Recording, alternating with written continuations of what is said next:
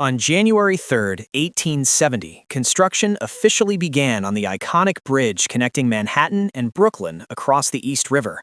Although it was destined to become a landmark of modern engineering, its commencement was surprisingly quiet. Major publications like the New York Times barely mentioned it, though the Brooklyn Eagle did note that the start of such a massive project deserved significant recognition. The lack of public excitement was largely due to the long delay. The New York legislature had authorized the project and its $5 million funding 3 years prior. As the Eagle pointed out, projects of this scale require immense preparation, and the public had grown weary of waiting since John Augustus Roebling first proposed the plans. Tragically, Roebling, the visionary chief engineer, died in July 1869 after contracting tetanus from a surveying injury. Following several unsuccessful attempts to get the project moving, work finally started with the removal of old piles near the Fulton Ferry. While the initial activity seemed minor, it was essential preparation for the arrival of the caissons.